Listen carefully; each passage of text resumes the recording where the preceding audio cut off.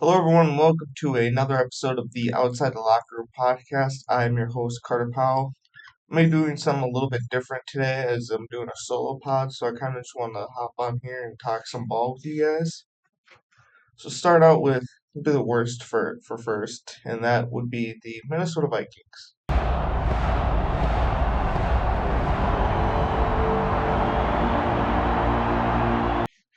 The Minnesota Vikings are currently 4-6 and 2.5 games out of the playoff spot, out of the playoff picture right now. They got the Packers coming up this week, and as it stands right now, they are 1-4 in their last 5 games. JJ McCarthy is 2-3 as the starting quarterback for the Minnesota Vikings. So that was kind of interesting because he's 2-0 on the road. He's won at Chicago and at Detroit, which are two pretty hard places to play. And then he's 0-3 at home, losing to the Falcons, the Ravens, and the Bears. And last week against the Bears, it was just not pretty. It was 16 of 32, 150 yards, one touchdown, two interceptions. Wasn't sacked at all. So the offensive line was actually giving him some time to throw. I don't know. He does not look good right now. I'm not impressed. I don't like what I see. Takes a special talent to make Justin Jefferson look like an average receiver, and he's been doing that ever since he's been a starter. Rushing, Aaron Jones had 16 rushes for 70 yards. Jordan Mason had 6 rushes for 45 yards and a touchdown. So the offensive line is actually doing a pretty good job blocking this week. 0 sacks and 22 rushes for 115 yards. It's not bad. It's pretty good for the Vikings. But it's just like JJ McCarthy is just, he's missing a lot of open throws and throws that he should make. An NFL starting quarterback should be able to make these throws, and he is just consistently not hitting these throws, which is the difference between the Vikings being like 6-4 and 4-6. They should have beat the Bears. He missed a lot of easy throws. And then the Ravens, he was just throwing it to the Ravens more than he's throwing it to the Vikings. It felt like he's very inconsistent. He'll show flashes sometimes. Sometimes he'll rip a throw or have a run that gives you some hope, and then he'll just throw it down to no man's land or miss a wide open guy, and it'll make you wish that literally anybody else was the quarterback right now. So he's struggling pretty bad right now. I don't have a lot of hope for the Vikings right now. It's like I said, they're 2.5 games out of the wild card, which isn't terrible. Like if you get hot, they can finish like 9-8, which require them to go 5-2 to finish the season, which is not very likely. But maybe Kevin O'Connell will dial something out. Maybe they'll get something figured out with this dude because this is a pretty. I shouldn't say it's a really good roster. It's a solid roster. And you see that where if JJ McCarthy could just lead a few more scoring drives, like if they put up like 20 some points a game, they'd be perfectly fine. They lost to a terrible Falcons team at home. They lost to an average Bears team at home. And they're shooting themselves in the foot right now. And I think a lot of it has to do with JJ McCarthy. Kevin O'Connell's not been great as a play caller this year. I feel like th- just throws it a lot more than he should, but a lot of plays he calls they work out. It's just your quarterback can't hit the throws. That's not his fault, but I don't know. I don't know what the Vikings need to do. You gotta just kind of let JJ McCarthy develop this year, I suppose. Come on, see if how much he can improve and just keep getting better, better, and better. But I do not. It's technically a rookie, so can't write him off just yet. But I am not super happy with what I see. Moving on to the Minnesota Timberwolves.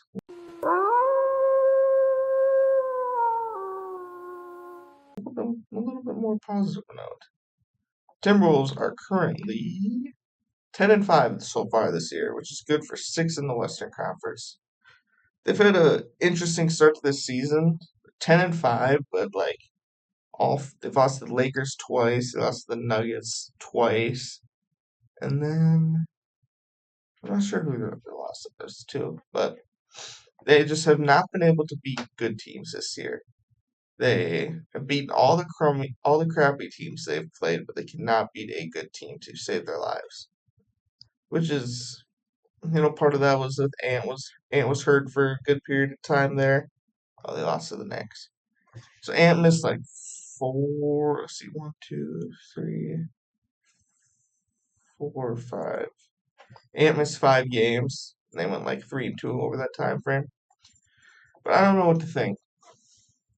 Watching this team, they look really good sometimes. Like the offense is good, balls moving around, getting open shots. Guys are hitting. They look really really good. And their defense sometimes looks terrible. They give up 120 points a game. Last game they gave up 96 points to the Mavericks. I think that's the difference between this team winning like 40 some games and fighting for a playing spot and winning 50 plus game and being the top 3 team in the West. Is if they're going to play defense because I think this is a very good offensive team. Except Anthony Edwards is on this game. This is going to be a really good offense. Julius Randle's is playing like an All NBA guy right now. Dr. Jaden McDaniels, he's kind of he's had a great season so far. You know he's a great defender. Offensively, seems to be taking a leap. He's averaging like 16 points a game so far this season. He's just been doing really good. So I really like our starting line. Rudy like leads their team in plus minus, which is pretty weird 'cause it doesn't look like he does anything good, but it's just good things happen when he's on the floor, I guess. Naz Reid is really starting to turn things around. He's got like 3 double doubles in his last 4 games. He's on fire right now. And that's what you need out of a guy like Nas because you paid him like 5 years, $125 million. And so you can't really, he's not just like a bench guy anymore. You pay him to go out there and perform every single game. And he was not doing that at the beginning of the season. Right now, the Timberwolves are 2-0 in their cup group right now, group cup play. Playing the Suns tonight. If they win that game, could win it by double digits, I feel like they'll almost guarantee a spot into the play-in tournament, or not the NBA Cup tournament, I should say. They'll have go on the road to Phoenix, and then they have another road game against the Thunder, so that'll be interesting to see how they fare against the Thunder. They lost to them in 5 games last year.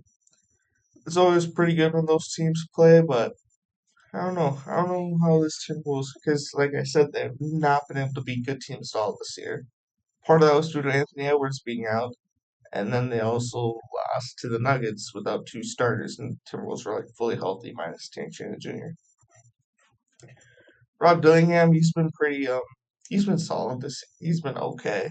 He hasn't been playing like a year or two of the top of the number 8 pick or whatever. They always say if you always game one Kentucky guard, because the Kentucky guard's always going to turn into a star. And with the Timberwolves' luck, they drafted a guy who's not looking like a star right now. But he's showing some signs. He hustles a lot, turning into an okay defender. And then offensively, he just needs more confidence. And if you see his jump shot starts to fall, he'll become a really dangerous on-ball player. Nice little point guard to play next to Anthony Edwards. That's something that he needs to kind of elevate his game. Then, like, he just needs to be more consistent. Like, he'll have a game where he'll score 30 plus points on great efficiency, and he looks like the best player in the league.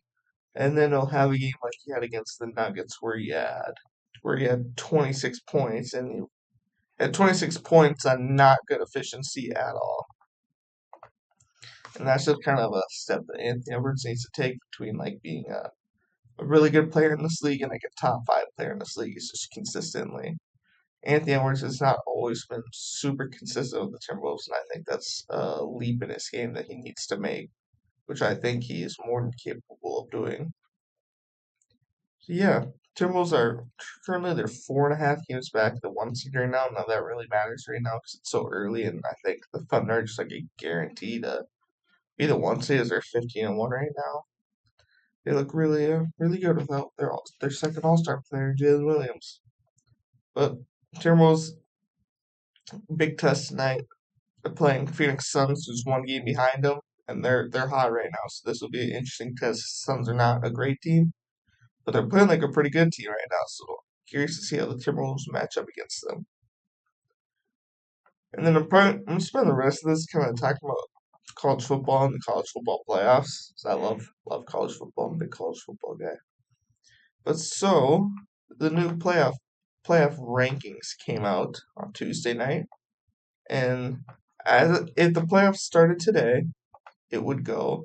Ohio State would be the 1 seed, Indiana would be the 2, Texas A&M the 3, Georgia the 4, and then the first round matches would be number 5 Texas Tech versus number 12 seed Tulane, 8 seed Oklahoma, number 8 Oklahoma versus number 9 Notre Dame, and then number 6 Ole Miss. It says number 11 Miami, but that's actually not correct because they're not going to win. Right now, the ACC is only going to get one bid in, and right now they have Miami in as the ACC representative, even though they're not going to win the conference because they've already have 2 losses and there's 4 teams ahead of them with only 1 loss, so there's just no chance that they make the ACC title game. So they need to try and get in as an at-large bid, but talk about that later. So number 6 Ole Miss versus number 11 Miami, and then number 7 Oregon versus number 10 Alabama. Very curious. Like I'm really excited for the playoff. I'm a Ohio State fan. Won the Natty last year. It was freaking awesome. But I like what they did this year is they got rid of the conference champions, top 4 conference champions get a bye, and this year it's just the top 4 teams get a bye, which is how it should have always been. You want to make the you want to make conference titles matter, but they can't matter that much as it completely ruins the bracket. So this year you'll see a lot more even playing field, a lot more of a normal bracket. Right now, I think Ohio State's the best team in the country. They just look like it. They have an amazing defense. Their offense is very, very good. They have the best player in the country, Jeremiah Smith. So I just thought I'd kind of go break down some matchups for this weekend, as it is the second to last week of the regular season, 1 week for the rivalry weekend, which is always very interesting. So not a lot of great games this weekend. Oklahoma and Missouri play at Oklahoma this week. Missouri might get their starting quarterback back this week. I doubt it though. He just got like medically cleared from like a dislocated ankle or something like that. So I don't think he's gonna come back this week. He shouldn't. Not against that Oklahoma defense. Right now it's Oklahoma minus 6.5 at home. I would probably take. I think Oklahoma will win by more, especially because I feel like this spread's kind of baked into their starting quarterback being healthy. But even then, I mean, I guess this is kind of like a hangover spot they call it. After a big win on the road at Alabama last week, and then coming home, they might kind of overlook their opponent. So they could get upset, but I think this defense is too good. And then John Mateers, I guess he's a little overrated right now. He's 8 passing touchdowns, 7 interceptions. It's not great. So Oklahoma offense isn't very good, but they're solid. He's a pretty dynamic player. So, but yeah, I think I would bet on Oklahoma to win and cover 6.5. Another big game of the weekend is number 15 USC traveling to number 7 Oregon. This is a big game for the Big Ten. If Oregon wins it, they have to guarantee a playoff spot for themselves. And if they lose, they open the door for like a team like USC to come in and just like USC will probably come in and just take their spot right away. But so I'm curious to see if Oregon can handle another loss because their schedule's not been very difficult so far this season. They have a couple okay wins, like at Iowa, I guess I should say, is their best win. But yeah, right now Oregon's favored by 10.5. I think that's kind of high. They might be able to have their way with the USC defense. USC does not have a very good defense, but they have one of the best offenses in the country right now. Lincoln Riley always has good offenses. Terrible defenses though. Needs to figure that out. I don't know. The game's at 2:30 at Oregon. I'm gonna be surprised. I'm really excited to watch that game. Should be a pretty good game, high scoring. I don't know. I don't know how to feel about this Oregon team because sometimes they're one of the best teams in the country, but then over the past month and a half or so, they've looked kind of shaky. Sometimes look like the best team in the country, and other times they're like, oh, this team is not very good. Like their offense is solid, sometimes elite, and then other times not good. And then sometimes their defense is really good, and then they get scored on. Very, very curious how to go with that one. I think USC can cover 10 if the weather's good and USC is able to throw the ball around and have their balanced rushing to passing attack. I think USC should hang in there. It's all about their defense. What's their defense going to be able to do? USC fighting for a playoff spot. Should be interesting. And then Michigan at Maryland. Number 18 Michigan going to 4-6 Maryland. A lot of people look at this game and just not think anything of it, but Michigan has been struggling recently. They've had close games with Northwestern and Purdue the last 2 weeks, two not good teams. And Michigan has just been they've just kind of been getting by recently. And I just want to put this in the air for anyone that might listen to this, that I think there's a very non-zero chance that Maryland actually wins this game. Maryland's quarterback Malik Washington is actually one of the better quarterbacks that this Michigan defense will see all season. And so I just think, there's a chance he'd go out there and win this game for them. I don't think it's a great chance, but it's a non-zero chance. This Michigan team has just been they're 8-2, but they had a lot of close games. The freshman Bryce Underwood, has not been looking great. He's a freshman. He's going to turn into a really good player. He's got a really strong arm.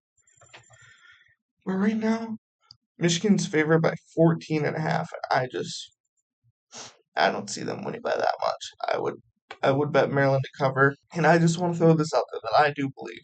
I think this is going to be a pretty close game, and I think if Maryland can get up by a score, 2 scores in like the second half, I think there's a very good chance that they could go win this game. Because especially with the game next week between Ohio State and Michigan, those teams are already like they're not really paying attention to this week's games. They think they can win these games easily, but they're more concerned about next week, and that's all they're going to be thinking about. So it's a classic look ahead spot. I would not be surprised if Maryland would shock the world. I think it'll be a pretty close game. These games are always close. If Michigan wins, I won't be surprised, but I do think Maryland's going to hang around in there and keep it close and make Michigan fans nervous. I guess lastly, I'll break down Ohio State's game because that's the team I know the most about. Ohio State plays Rutgers at home this week. Rutgers is 5-5 and 2-5 in the Big Ten. Former Gopher quarterback Ethan Kaliakmanis is the leader for the Scarlet Knights. Ohio State's favored by 32.5, and this is pretty interesting. It's an interesting line because Ohio State's probably not going to have their two best receivers in Jeremiah Smith and Carnell Tate. They're both nursing like small injuries that head coach says shouldn't be an issue. They'll be back for playoffs for sure. I'm more curious on if they'll play next, if they'll be available for Michigan. I know Jeremiah Smith, he'll be good to go. Carnell Tate's kind of got like a more soft tissue injury in his leg. It's not really been disclosed because that's how Ohio State deals with injuries. They don't really say anything. But Ohio State's got the best defense in the country. And this will actually be an interesting test for them. This Rutgers offense is actually not bad. It's a pretty average offense, which is one of the better offenses Ohio State will play this year. But Illinois and Washington have better offenses that Ohio State's played, and they handle those teams just fine. It'll be curious to see if Kaliakmanis will be able to throw the ball around. Spread's 32.5. There's a world where Ohio State's up like 14-0 after the first quarter and the game's just over. There's another world where I see where I'm a little bit more nervous for, but it's like if there's another world that I see that if Rutgers gets the ball first, goes down, gets a touchdown, Ohio State goes run, third and medium, they throw an incomplete pass, Rutgers gets the ball back, go down, kick a field goal, it's 10-0, Ohio State's driving, have to kick a field goal, and their kicker misses it. Like, there's a world where Rutgers could have the ball up 2 scores against Ohio State in this game. It'll get very nervous in the shoe. I don't think that'll happen. I think this defense and this Julian Saint and this offense are too good to let that happen, even with their two best receivers out. But I don't know.